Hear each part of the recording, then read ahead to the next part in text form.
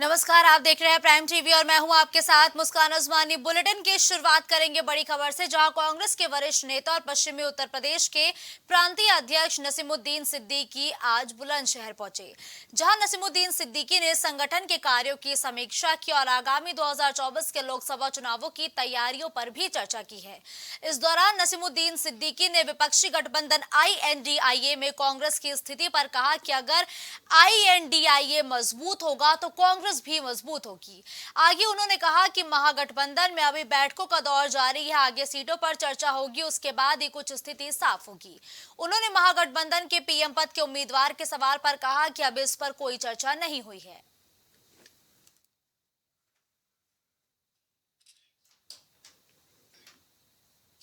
Deputy CM Brajesh Pathak आज कानपुर पहुंचे, जहां पर उन्होंने मर्चेंट मेंबर सभागार में आयोजित समारोह में बतौर मुख्य अतिथि के रूप में शिरकत की है।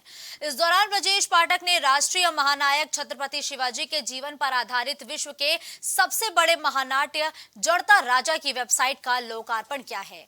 साथ ही मुख्य वक्ता अनिल ओक ने छत्रपति शिवाजी के जीवन पर प्रकाश डाला। इस दौरान डिप्टी सीएम ब्रजेश पाठक ने कहा कि छत्रपति शिवाजी ने मुगलों के छक्के छुड़ाए, उन्होंने जल सेना तैयार की। छत्रपति शिवाजी का जीवन वीरता का जीता जागता प्रमाण है। विपक्ष की संसद चलाने में कोई रुचि नहीं है।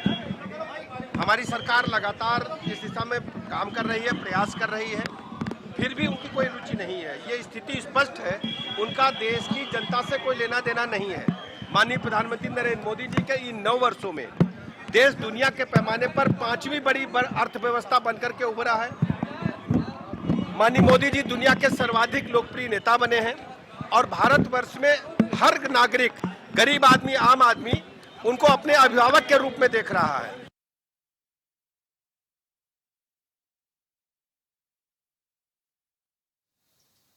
खबर लखनऊ से है, जहां पुलिस ने तांत्रिक बनकर महिलाओं से टप्पेबाजी करने वाले गिरोह के 4 लोगों को गिरफ्तार किया है।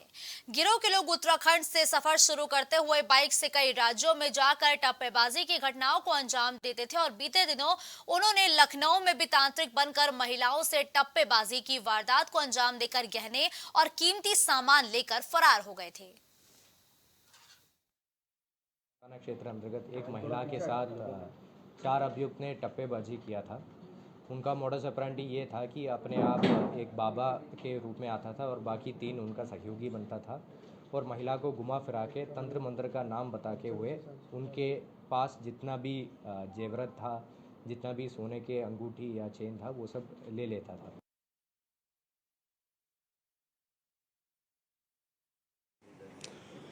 उत्तराखंड से यूपी पहुंचना और यूपी में महिलाओं को टारगेट कर उनके साथ ठगी करना, ठगी भी तंत्र मंत्र के नाम पर।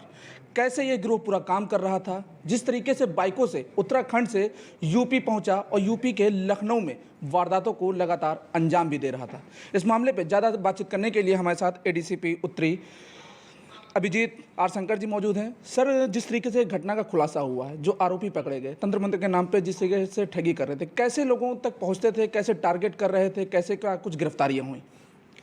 इसमें अभी 24 तारीख को थाना गाजीपुर के अंतर्गत एक महिला के साथ टप्पेबाजी हुआ था, जिसके दौरान हम लोग 320/23 मुकदमा पंजीकृत किया गया था। उसी के इन्वेस्टिगेशन में हम लोगों को पता चला है कि 4 लोगों का गैंग एक्टिव है, जो ऐसे महिलाओं को जो थोड़ा बहुत परेशानी है, अकेला चलता है, महिलाओं को टारगेट करके उनसे जेवरात वगैरह टप्पेबाजी के माध्यम से निकालने की कोशिश करता है। तो इनका घटना करने का क्रम यह है कि पहला एक आदमी पहुंचता है कि उनसे एड्रेस पूछता है कि ये कहाँ है, ताकि कॉन्वर्सेशन स्टार्ट हो, और दूसरा गैंग मेंबर सदस्य प्रेजेंट होता है उधर के और एक बाबा का रूप लेके हुए उनसे बोलते हैं कि ये परेशानी आपको हो है, वो परेशानी क्यों आपको है।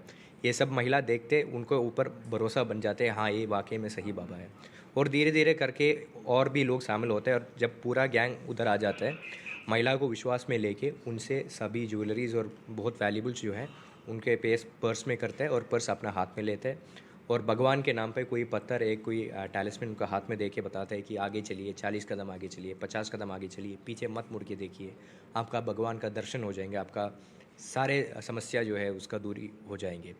तो उसी दौरान ये लोग भाग जाता था। इन्होंने मूल रूप से उत्तराखंड का रहने वाले हैं और इन्होंने वहीं से बाइक में आता था और जहाँ जहाँ पे मौका पाता था जहाँ पे भी वहीं पे रुक के ये घटना करके फिर तुरंत उधर से निकलता था। सर बात की जाए जैसे खंडा नाला की जो बात है, उत्तराखंड के खंडा नाला गाँव है, वहाँ पर से जैसे ये लोग निकलते थे, निकलने के दौरान ये गिरोह 4 लोगों में बंटता था। इससे पहले ईस्ट में भी इसी तरह का घटनाक्रम रहा, खुलासा भी हुआ, ये गिरोह भी पकड़ा गया, ये भी गिरोह उसी गांव का है। ये पूरा गांव जिस तरीके से, क्या अभी तक ये चिन्हित हो पाया कि लखनऊ में इस तरीके के कितने गिरोह बना करके लोग काम कर रहे हैं? अभी तक देखो हम आज सुबह ही उनको गिरफ्तारी किया है, पूछताछ चल रही है। ये सब चीज़ें जो है और भी गहनता से पूछताछ करने पे निकल के आएंगे। वैसे प्रथम दृष्टया हाँ, ये सब लोग एक ही गांव से है, ये हो सकता है कि आपस में जानकारी भी हो, फिर क्योंकि ये चार के गुट में काम करते हैं, हम ये जनरलाइज नहीं कर सकते सब एक ही गैंग का है। सर जिस तरीके से ये केवल महिलाओं को जैसे चिन्हित कर रहे थे, जैसे अभी तंत्र मंत्र के नाम पे भय दिखाना, क्या ये पुलिस वर्क भी दिखा रहे थे कि पुलिस का भी भय दिखाना कि आगे घटनाएं हो गई हैं तो इस तरीके से चिन्हित करना और उनको डर दिखा के उनकी ज्वेलरी उतरवा लेना? नहीं, अभी जो इनका घटनाक्रम या मॉडस ऑपरेंडी जो भी है, ऐसे थे कि रिलीजियस बेस्ड तंत्र मंत्र का बेसिस पे ये करते हैं। इसके पहले जो पुलिस का भय दिखा के करने वाला ईरानी गैंग है खासतौर से। सर जिस तरीके से घटनाएं हो रही हैं टप्पेबाजी की, लोगों को चिन्हित करना, तो हमारे चैनल के माध्यम से लोगों से क्या कुछ अपील करना चाहेंगे कि जिस तरीके से ये घटनाएं रुक सकें? बिल्कुल, मैं ये अपील करना चाहता हूँ, आपका जो भी वैल्यूबल्स है, ना पुलिस वाला, ना कोई बाबा, ना कोई रिलीजियस पर्सन आपसे ये बोलेंगे कि आपका सारे जो वैल्यूबल्स है उतार के हमको दे दीजिए, और बीच सड़क में कभी नहीं बोला जाएंगे। ये सब आपको गुमराह करने के लिए, आपके वैल्यूबल सामान छीनने के लिए यही सब करते हैं। जो भी ज़रा सा भी कोई शक आपको रहता है तो बिल्कुल आपका वैल्यूबल्स हैंडओवर मत करिए और तुरंत 112 पे मिला लीजिए। तो जिस तरीके से ये जो घटनाएं हो रही हैं, उन घटनाओं का खुलासा करने के बाद एडीसीपी उत्तरी ने इस मामले में पूरी जानकारी दी और साथ ही साथ लोगों से अपील भी की है कि जिस तरीके से ये टप्पेबाजी की घटनाएं हो रही हैं उससे कैसे बचा जाए। वीडियो जर्नलिस्ट विजय के साथ मोहम्मद कलीम, प्राइम टीवी, लखनऊ।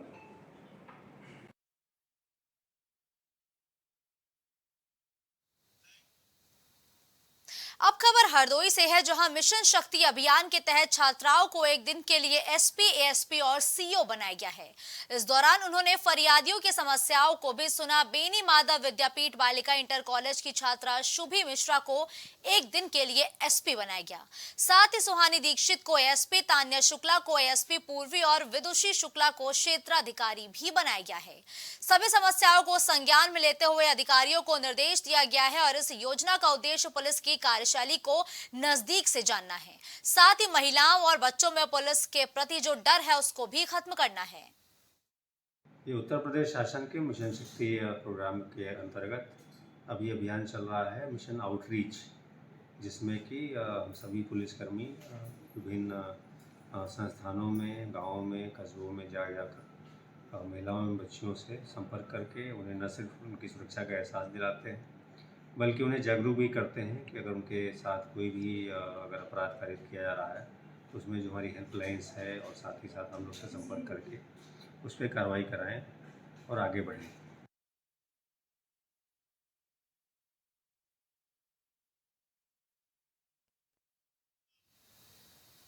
औरैया में धारदार हथियार से ग्राम प्रधान की हत्या कर दी गई है।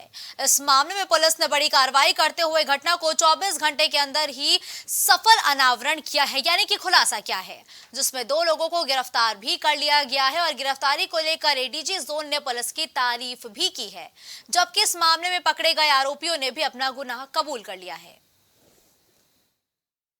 सहबदिया के ग्राम प्रधान की हत्या हो गई थी 26 तारीख की रात्रि में।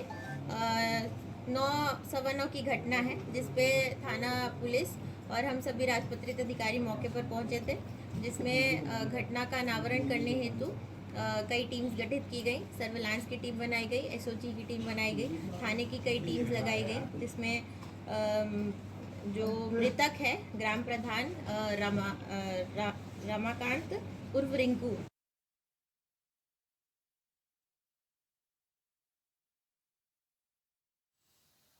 अब खबर कन्नौज से है, जहां एक माता पिता अपने बच्चे को गोद में लेकर डॉक्टर को दिखाने पहुंचे, जहां जानकारी के मुताबिक माता पिता को स्ट्रेचर और व्हीलचेयर तक नहीं मिली, जिसके चलते माता पिता खुद बच्चे को गोद में लेकर ओपीडी के अंदर पहुंच गए। वहां पर मौजूद किसी भी युवक ने गोद में बच्चे को ले जाने का वीडियो वायरल कर दिया। आइए सुनाते हैं कि प्रभारी सीएमएस विपिन सचान ने इस पूरे मामले पर क्या कुछ कहा है। सौसैया अस्पताल का ये कोई पहला मामला नहीं है। एक सप्ताह पहले भी एक वीडियो सोशल मीडिया पर वायरल हुआ था जिसमें एक पिता अपने बेटे को पीठ पर लादकर अस्पताल पहुंचा था। आज फिर एक वीडियो सोशल मीडिया पर वायरल हो रहा है जिसमें माता पिता अपने बेटे को गोद में लेकर अस्पताल पहुंचे हैं। सवाल ये उठता है, ऐसे अस्पताल के कर्मचारी कब तक लापरवाह बने रहेंगे और स्वास्थ्य विभाग इन कर्मचारियों के ऊपर कब तक कार्रवाई करेगा। अपने सहयोगी सचिन शुक्ला के साथ राम ऋषि पांडे, प्राइम टीवी, कन्नौज। रुक करते हैं अगली खबर का, जहां कानपुर में पुलिस ने अवैध मादक पदार्थ का कारोबार करने वालों को गिरफ्तार कर लिया है, जिसके बाद भारी मात्रा में करीब 3 लाख का गांजा भी बरामद किया है। पकड़े गए आरोपी के पास से 16 किलो गांजा और बाइक बरामद की गई है। पकड़े गए आरोपी पर कार्रवाई करते हुए उसे जेल भेज दिया गया है। वहीं एसपी ने इस मामले का खुलासा भी किया है।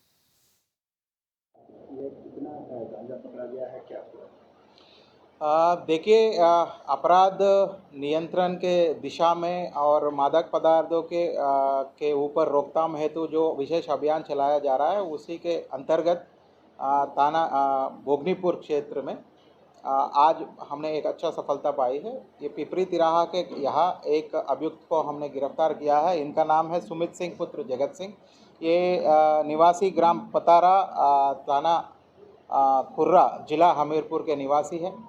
इनके यहाँ से हमने करीब 16 किलोग्राम अवैध गांजा, एक आध मोबाइल और एक आध उनके अपाचे वाहन भी हम लोगों ने उनसे मतलब बरामद कर लिया है। बाकी पूछताछ चल रही है, जो भी विषय सामने आएंगे आपको अवगत कराएंगे। हाँ, फिलहाल मार्केट वैल्यू जो हमें बताया जा रहा था कि ये जो जिस कीमत पे ये बेचते करीब 3,20,000 रुपये की कीमत, ये गांजे की कीमत पता चल रहा है।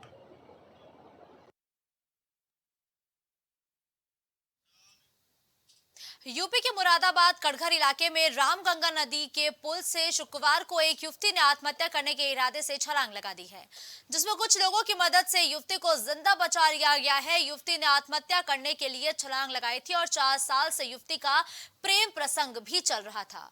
उसके प्रेमी ने अब शादी से इनकार कर दिया, जिससे आहत होकर उसने नदी में छलांग लगा दी। उसे बेहोशी की हालत में पुलिस ने जिला अस्पताल में भर्ती कराया है।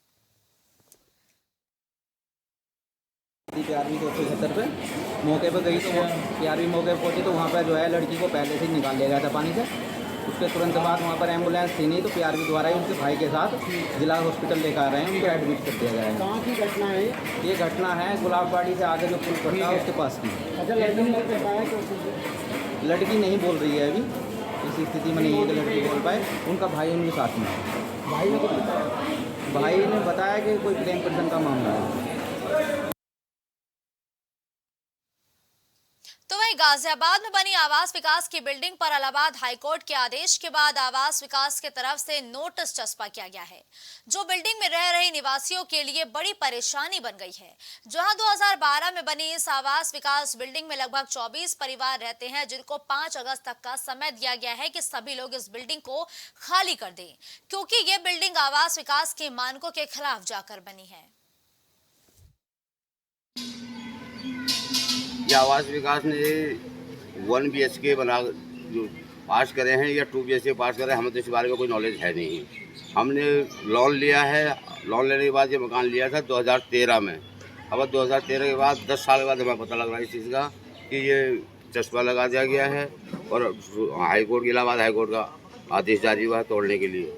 जिस तरीके से जानकारी में आया है, ये नोटिस चिपका था कुछ 1 सप्ताह पहले, तो उस नोटिस के अनुसार जो है उस नोटिस के अनुसार ये जानकारी मिली कि इस बिल्डिंग के अंदर एक पुष्पा देवी है, मतलब वाइफ ऑफ राजेश, जो कि सामने वाले फ्लैट में रहते थे, इसी फ्लैट में रहते थे। उन्होंने एक मुकदमा डाला है बिल्डर के ऊपर कि ये जो प्रॉपर्टी है इसके अंदर जो निर्माण हुआ है वो मैप के अनुसार नहीं हुआ है, जो पास जो नक्शा है पास नक्शे के अनुसार नहीं हुआ है, और जिसके कारण कि इसको ध्वस्तीकरण के आदेश जो हैं ये प्रयागराज से आए हैं, इलाहाबाद हाई कोर्ट से आए हैं।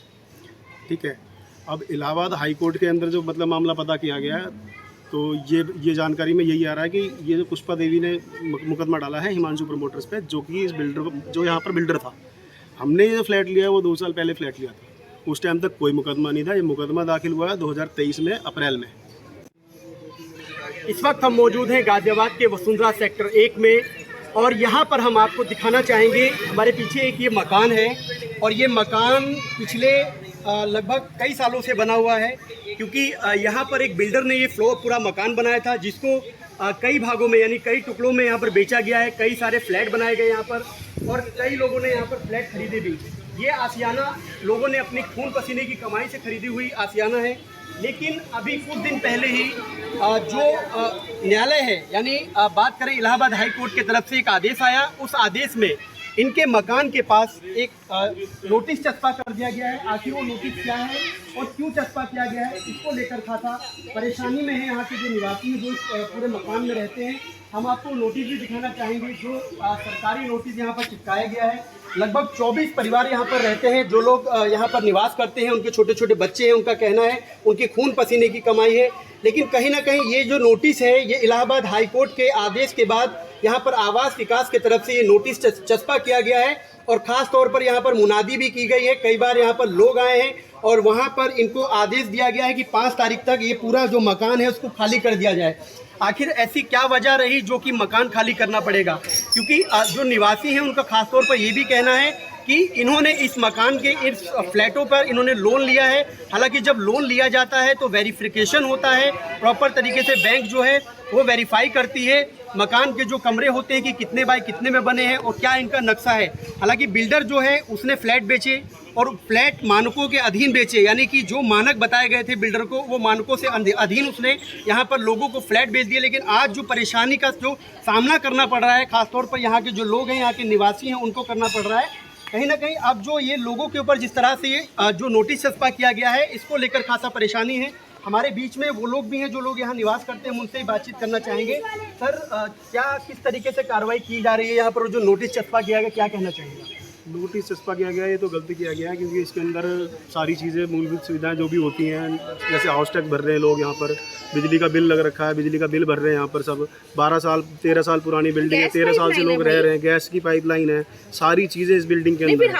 ठीक है, अब सिर्फ ये कह देना कि इसके अंदर जो मतलब पास नक्शा उस नक्शे के अनुसार नहीं बना है और किसी तीसरे बंदे के कह देने से, ठीक है, अगर किसी तीसरे बंदे के कह देने से तोड़ देना, या मतलब हाई कोर्ट को इतनी जल्दी कार्य करना कि मतलब अप्रैल में मुकदमा दर्ज होता है और 5 अगस्त लास्ट डेडलाइन दी गई है कि खाली कर दिया जाए और तोड़ दिया जाएगा। 4 महीने के अंदर अंदर मतलब 24 परिवार जो है बेघर हो जाएंगे। ये पता नहीं कहाँ से कौन सा काम है। आज बात बताइए, जब ये नक्शा पास हो रहा था तब वो आवास विकास कहाँ था? जब 1 BHK का ये घर बन रहा था तब आवास विकास कहाँ था? अभी 3 BHK के लिए अब उन्होंने नोटिस जारी कर दिया, ये 22 लोगों को घर बेघर कर देंगे वो। आपने अभी जिक्र किया है कि किसी ने कंप्लेन की थी, कंप्लेनर कौन है? किसी ने कंप्लेन की तभी तो आपके पास ये नोटिस चस्पा किया गया है। भाई, पुष्पा देवी ने कंप्लेन की थी। पुष्पा देवी ने कब कंप्लेन की तो हमें खुद भी नहीं मालूम है। पुष्पा देवी एक डिफॉल्टर है, पुष्पा देवी डिफॉल्टर है। इसके दोनों फ्लैट जो है बैंक ने सीज कर दिए, नोटिस चस्पा हो रखा है इसके अंदर पुष्पा देवी के अंदर। पुष्पा देवी का कार्य ही मैंने आपको बताया, मतलब मैं आपको भी बता देना चाह रहा हूँ कि आस पड़ोस की जितनी भी बिल्डिंग है पूरे वसुंधरा के अंदर, आप अगर कोई भी बिल्डर फ्लैट उठा लेंगे, कोई भी नक्शे से नहीं बना, सारी बिल्डिंगें टूट जाएंगी। ठीक है, सारी बिल्डिंग टूट जाएंगी और ये पुष्पा जो है सारी बिल्डिंगों के पीछे लगी हुई है। किसी बिल्डिंग से 3 लाख रुपए ले रखे हैं, सामने वाली बिल्डिंग से 3 लाख लिए हैं, बिल्डर को आप पता कर सकते हैं। और ये बिल्डिंग भी टूटेगी फिर, अगर इसने 3 लाख रुपए लेके अगर उसने इसको छोड़ दिया, कोई ना कोई तो इस पर मुकदमा करेगा और फिर ये टूट जाएगी ना। तो यानी कि आपका कहना है कि पहले RTI डाली गई, जिसके उसको मानक का अधीन दिखाया गया कि मानकों के विरुद्ध बना है ये मकान, उसके बाद आप लोगों को परेशानी का सामना करना। बिल्कुल, जब आवास विकास हुआ उस टाइम तो पैसा कमाने का धंधा हो गया नया एक तरीके से, कि भैया मतलब आवासियों को परेशान करो, निवासियों को परेशान करो, बिल्डर को परेशान करो, उनसे पैसा बनाओ। ये पैसा बनाने की तरकीब, नई तरकीब आ गई इनके पास। यहाँ पे तोड़ दिया जाए ऐसे। अगर इनको बीच में पहले नोटिस पे अगर हमने इनसे अगर कॉम्प्रोमाइज़ कर लिया होता, पहला नोटिस जो कि मेरे पास नहीं पहुंचा, पहला नोटिस के अंदर जो इन्होंने क्या करा है आवास विकास वालों ने, इसका जो मुकदमा संख्या है वो है क्या नाम है इसका, 14/104 मुकदमा, रियल मुकदमा जो है। लेकिन इन्होंने हमें क्या बताया, 14/103, जो मई में जो इन्होंने मतलब चस्पा किया था वो 14/103 था। 14/103 हमने जब उसको ऑनलाइन देखा, ऑनलाइन चेक किया, वो ग्रेटर नोएडा का कोई मुकदमा था। हमने कहा ये बेवकूफ़ बनाने वाली बात है, ऐसा कुछ नहीं है, हमने उस टाइम मई में छोड़ दिया इसे। लेकिन अब जब इसने जुलाई के अंदर ये नोटिस लगाया, जुलाई के अंदर जब हमने 14/104 देखा है, 14/104/2023, तो उसके अंदर जानकारी मिली है कि ये मार्च में अप्रैल में मुकदमा दर्ज हुआ है और 4 महीने के अंदर अंदर डीमोलाइजेशन के आदेश आ गए हाई कोर्ट के, और हाई कोर्ट की हो सकता है सिंगल बेंच ने आदेश दिया हो। ठीक है, हम लोगों ने कोशिश कर रखा है, हमारा वकील लगा हुआ है कि डबल बेंच पे जाए, उससे बड़ी बेंच पे जाए, सुप्रीम कोर्ट में भी जाए, जहाँ तक हम जा सकेंगे हम जाएंगे। ठीक है, बिल्डिंग आपने को जैसा बताया कि कोर्ट का आदेश आया है और उसके बाद आपने भी अपना वकील हायर किया है। जब आप लोगों ने ये परचेज किया था तो बिल्डर से पूछा था कि क्या नक्शा है, क्या मानक है, किस तरीके से आप फ्लैट बेच रहे हैं? देखो इतनी जानकारी इसकी रजिस्ट्री भी हुई है? रजिस्ट्री के साथ नक्शा दिया गया है। रजिस्ट्री हुई है, रजिस्ट्री के अंदर जो पैसा जाता है वो सारा पैसा भी गया है, रेवेन्यू डिपार्टमेंट में पैसा भी गया है, सब कुछ हुआ है, रजिस्ट्री भी की गई है इसकी। और रही बात ये कि उसने बताया कि किस मानक से बनाया है, किस मानक से, नक्शा तो किसी ने कोई भी बिल्डर नहीं देता, नक्शा किसी बिल्डर ने नहीं दिया हमें। ठीक है, दूसरी बात ये है कि जब बैंक हमें लोन कर रहा है तो बैंक की, हम तो ये सोचते हैं कि बैंक जो भी करेगा, बैंक अपनी तरफ से पूरा वेरीफाई करेगा, वेरीफाई करने के बाद ही जो अच्छी प्रॉपर्टी होगी, सही प्रॉपर्टी होगी, इसी पे लोन देगा, क्योंकि बैंक भी तो नहीं चाहेगा ना कि मेरा पैसा मर जाए। ठीक है, अब तो बैंक तो हमसे पैसा लेता रहेगा। अब अगर मान के चलो ये डिमोलाइज हो जाता है, गिर जाता है, तो भैया मैं कहीं ना कहीं 10-12 हज़ार रुपये किराए पे जाऊँगा और 15,000 रुपये की EMI भरूँगा, मैं 25,000 रुपये कहाँ से लेके आऊँगा महीने को? तो यानी अभी भी लोन चल रहा है? बिल्कुल चल रहा है जी, 2 साल हुआ अभी तो लिए हुए, अभी तो 30 साल भरना है लोन। तो देखिए, ये वो निवासी हैं जो लोग यहाँ निवास करते हैं। खासतौर पर इनका कहना है कि इन्होंने लोन भी कराया है, जो कि जिसकी EMI भी अभी चल रही है। अगर ये टूटता है किसी तरीके से, अगर आवास विकास का बुलडोजर चलता है या GDA का बुलडोजर चलता है, तो कहीं ना कहीं अब इन लोगों को बेघर होना पड़ेगा। इनका परिवार कहाँ जाएगा? इन लोगों के लिए जो एक आसियाना है, अपने खून पसीने की कमाई है। ये बिल्डिंग फिर एक दोबारा दिखाना चाहूँगा, दोबारा एक बार देखिए किस तरीके से यहाँ पर जो परिवार है, ये तो फ्रंट का एरिया है जहाँ पर ये परिवार बैठा हुआ है। ये पूरी बिल्डिंग यहाँ से लेकर कहीं कॉर्नर तक ये पूरी बिल्डिंग है, इसके पीछे भी बैक साइड में भी लोग रहते हैं। तो कहीं ना कहीं जिस तरीके से एक RTI फाइल की गई, उसके बाद जो मानकों का एक हवाला दिया गया कि ये मानकों के विरुद्ध बना हुआ है। इससे पहले भी कई चीज़ें ऐसी कर चुके हैं जो इन लोगों ने बताया। खासतौर पर नोटिस पहले भी आया है, लेकिन नोटिस के बारे में जो संख्या थी वो कहीं ना कहीं गलत बताई गई है। अब देखना होगा कि आखिर किस तरीके से इस पूरे मामले को देखा जा रहा है। गाजियाबाद से प्राइम TV के लिए प्रवीण मिश्रा। खबर झांसी से है, जहां खनिज विभाग, पुलिस और परिवहन विभाग की मिलीभगत से अवैध खनन का काम चल रहा है। खनन माफिया जमकर निजी भूमि पट्टे के नाम पर अवैध खनन कर रहे हैं, साथ ही जमकर मशीनों के सहारे ट्रकों को लोड करते हुए अवैध खनन किया जा रहा है। इन दिनों नदियों पर बालू के घाट बंद हो जाते हैं, जिनको देखते हुए माफिया नदी के आसपास खेतों में निजी भूमि पट्टा करा लेते हैं, लेकिन परिवहन विभाग इस पर ध्यान नहीं दे रहा। उन्नाव की जूनियर विद्यालय मोमिनपुर में धूप में खुले आसमान के नीचे प्रार्थना सभा में कई सारे बच्चे शामिल हुए हैं। इस दौरान करीब 8 छात्र छात्राएं अचानक से बेहोश होकर गिर गए, जिससे टीचर्स काफी परेशान हो गए। टीचर्स ने सभी बीमार बच्चों को अस्पताल में भर्ती कराया, जिसके बाद जानकारी मिलने पर BSA संगीता सिंह अधिकारियों के साथ बच्चों का हालचाल जानने पहुंची। BSA ने बच्चों को लखनऊ के सहारा हॉस्पिटल में भर्ती भी करा दिया है। आज असेंबली के समय ये घटना संज्ञान में आई। 8 बजे के करीब में 8 बच्चे जो है उनको थोड़ा चक्कर आया, तो संबंधित विद्यालय के प्रधानाध्यापक और जो टीचर्स थे उन बच्चों को पास के डॉक्टर से दिखा के, इवन हम लोगों ने एक्स्ट्रा प्रिकॉशन लेते हुए उन्हें सहारा हॉस्पिटल में एडमिट भी करा दिया, ताकि छोटे बच्चे हैं कोई दिक्कत ना हो। ये संज्ञान में आया है कि बच्चे सुबह कुछ खा के नहीं आए थे, जिसके कारण उनको ये दिक्कत परेशानी हुई। तो उसको हम लोगों ने ध्यान रखा और फिर उसे उपयुक्त जो है डॉक्टर से दिखा के सब दवाइयाँ करा के एडमिट भी करा दी।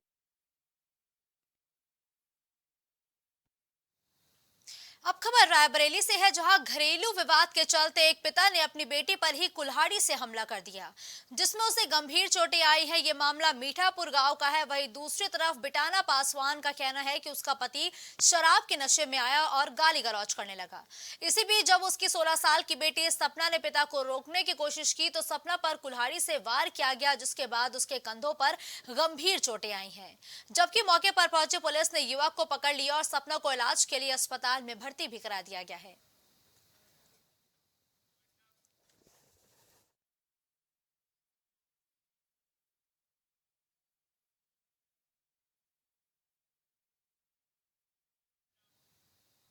इस बुलेटिन में फिलहाल के लिए बस इतना ही। देश दुनिया की तमाम बड़ी खबरों के लिए आप देखते रहिए प्राइम TV।